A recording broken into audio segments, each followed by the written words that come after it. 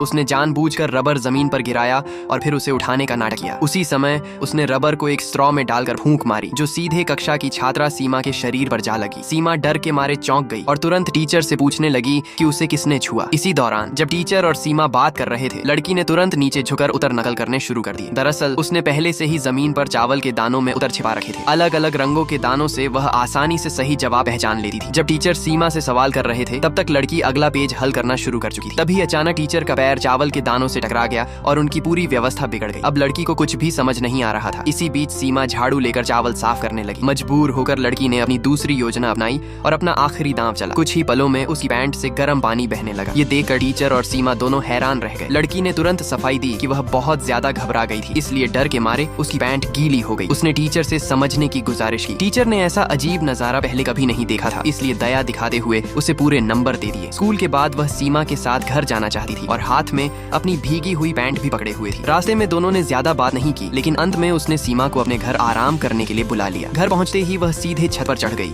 और बोली कि उसका घर छत पर ही है। सीमा मना नहीं कर पाई और उसके साथ छत पर चली गई। लड़की ने शराब निकाली और सीमा के साथ पीने की बात की, लेकिन सीमा ने बताया कि उसे शराब से एलर्जी है। थोड़ी देर बातचीत के बाद दोनों को एहसास हुआ कि उनके बीच ज्यादा कोई समान बात नहीं है। तभी सीमा ने घर जाने की बात कही। जैसे ही सीमा ने कदम बढ़ाया, उसका पैर फिसल गया। लड़की ने मौका नहीं गंवाया और तुरंत कूदकर उसे बचाने चली गई ताकि सीमा को चोट न लगे। लेकिन हैरानी की बात यह थी कि लड़की का निंजा सूट न सिर्फ अदृश्य हो सकता था, बल्कि जरूरत पड़ने पर एयर बैग में भी बदल जाता था।